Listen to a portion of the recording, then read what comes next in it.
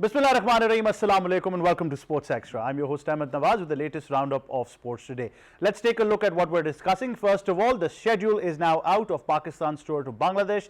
It has been announced that the three-match T20 international series, which starts from the 20th of July and concludes on the 24th. All these three matches will be played at the Sher-e-Bangla Stadium in Dhaka, and these three T20 internationals are going to be very important because immediately after this, the Pakistan series focus will be on the West Indies series. But then again, these three T20s will give us an idea of what Pakistan goes with, what kind of coaches they want, what kind of combinations they want. Do they try new combinations, or will they continue with the same seniority that is being talked about, and what's the planning and execution? That would be very important. I think it won't be a bad opportunity even if you want to send a completely new team to Bangladesh for these three T20s.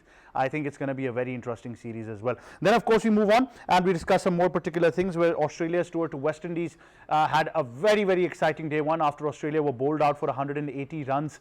Then West Indies in reply were 57 for 4. It was very interesting, but I think what I loved the most was the crowd and with the intensity of which West Indies played. It looked like a spectacular test match in the Caribbean, and the Caribbean flavor was completely there. You could hardly imagine this is a test match on day one when you saw the crowd as well, but I think it was very interesting, and it's going to be an exciting couple of days going forward into this test match as well. Then we move on and we discuss Usman Khwaja, who's in the limelight once again, who after day one's close refused to give an interview to one of the radio stations from Australia as well, and of course in solidarity with the fact that he, of course, a reporter was sacked before for supporting Gaza, and Usman Khwaja's stance was very clear. So we'll give you all the details regarding that as well. Then we move on and we finally tell you that there's been a major announcement on the end of the PSB as well, with the Pakistan Sports Board held this ceremony, distributed checks amongst players and athletes who were successful for Pakistan, and at the same time also announced funding for various federations throughout the year as well.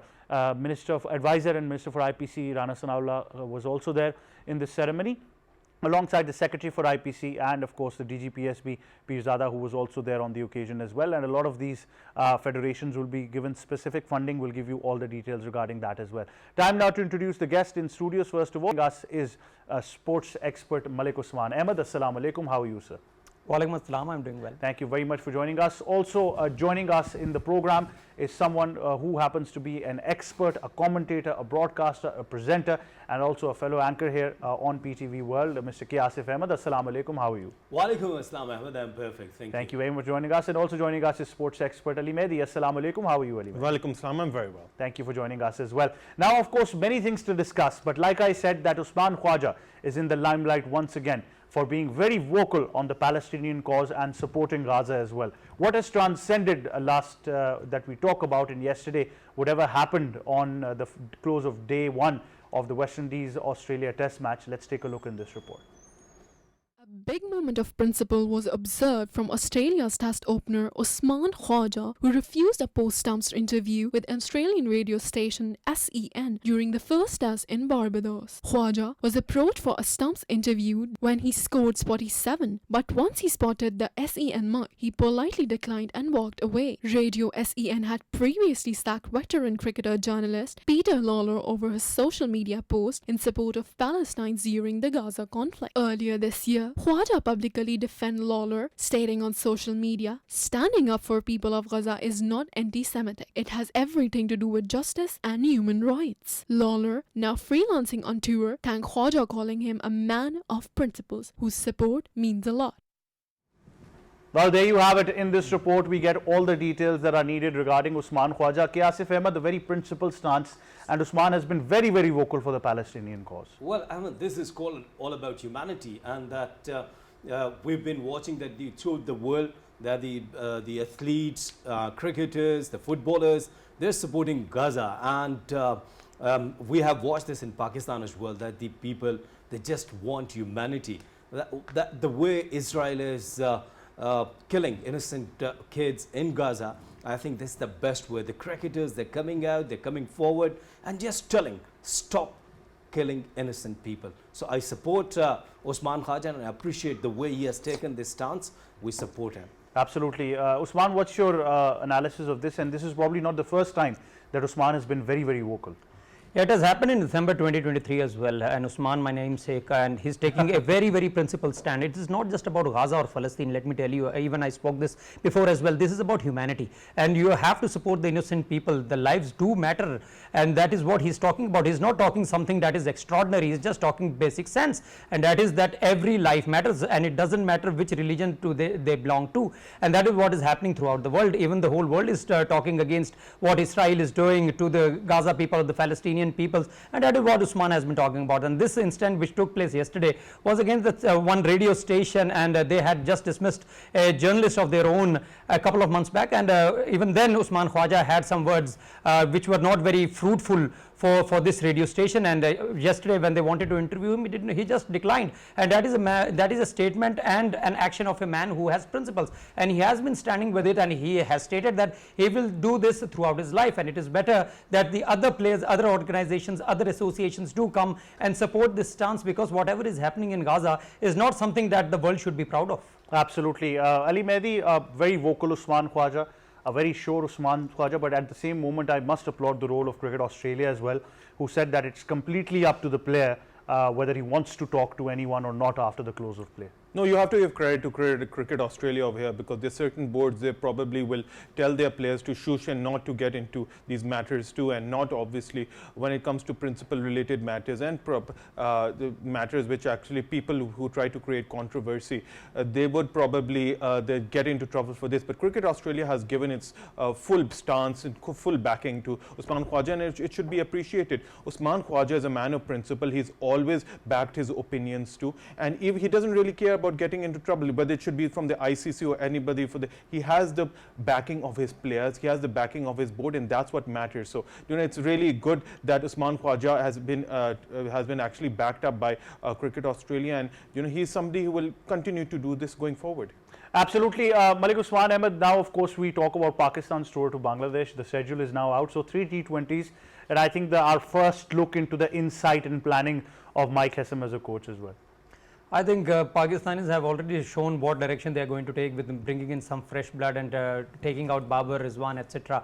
I think they have to work a lot on it, and Hassan has proven how good he is in the T20 arena.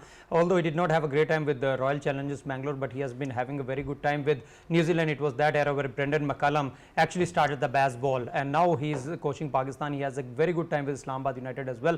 So we can expect the captain, vice captain will have a reversed role in the international arena, and we are going to expect what he is going to bring forward to the table, because the next ICC tournament is going to be T20 World Cup, which is very important, and which is going to take place in Asia. It's India and Sri Lanka. Pakistan is going to play all their matches in Sri Lanka, and a tour of Bangladesh is very important because the pitches actually resemble to what is in Bangladesh and Pakistan. So these first 3 matches, I think we are going to get a very good idea what Hassan actually wants to do, because I think he has not ruled out Rizwan and Babar's inclusion in the near future, and it is a good opportunity for the young players to actually cement their place before Rizwan and Babar have an eye back into the side. Absolutely. Yes, K Asif Ahmad, your overview of the series, a very short one, 3 T20s, all matches in Dhaka, but what kind of insight can we see? Well, it's really important, as Usman Bhai said, that if there is no Babar and Rizwan, then there is a chance for the youngster. And we have watched that recently Pakistan have beaten Bangladesh 3-0 in Pakistan, and 3 different players, 3 different player of the matches like Shadab Khan, Sahibzada Farhan, and of course that the way Haris performed so well. So now all of them they're doing pretty well, and if they're going once again without 2 superstars like Rizwan and Babar, because the insight you've given that Hassan wants Babar Azam, but I think I would like to see Rizwan in this squad. Rizwan with the Haris, the way, because Haris is playing well, but once again there's a question mark his wicket keeping. But rest the youngsters, especially when we talk about Hassan Nawaz, the way he performed well.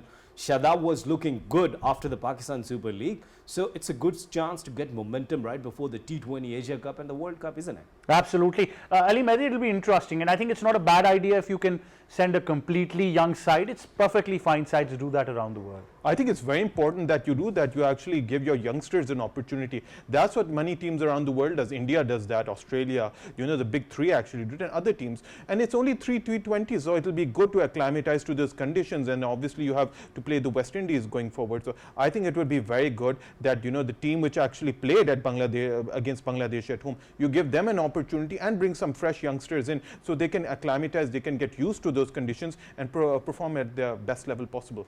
Absolutely. Well, that being said, I think this series up ahead is going to give us our first look at what Pakistan's planning and execution is. Of course, now we'll be moving on to the squad selection and whoever gets a place in this very short series as well. 3 T20s. The first match starts on the 20th of July. The series concludes on the 24th. Second match, of course, on the 22nd. All the 3 matches will be played at the Sher-e-Bangla Stadium in Dhaka. Thank you very much, Ali Mehdi, Malik, Usman Ahmad and K Asif Ahmad for joining us. Now, before we go, we've got a very special insight into a ceremony held by the Pakistan Sports Board, where checks were distributed amongst players and athletes who have been highly successful for Pakistan, and at the same time funding was also allocated to various federations who come under the ambit of the Pakistan Sports Board as well. You take a look at all the details in the following report. From me and the entire team, it's goodbye for now.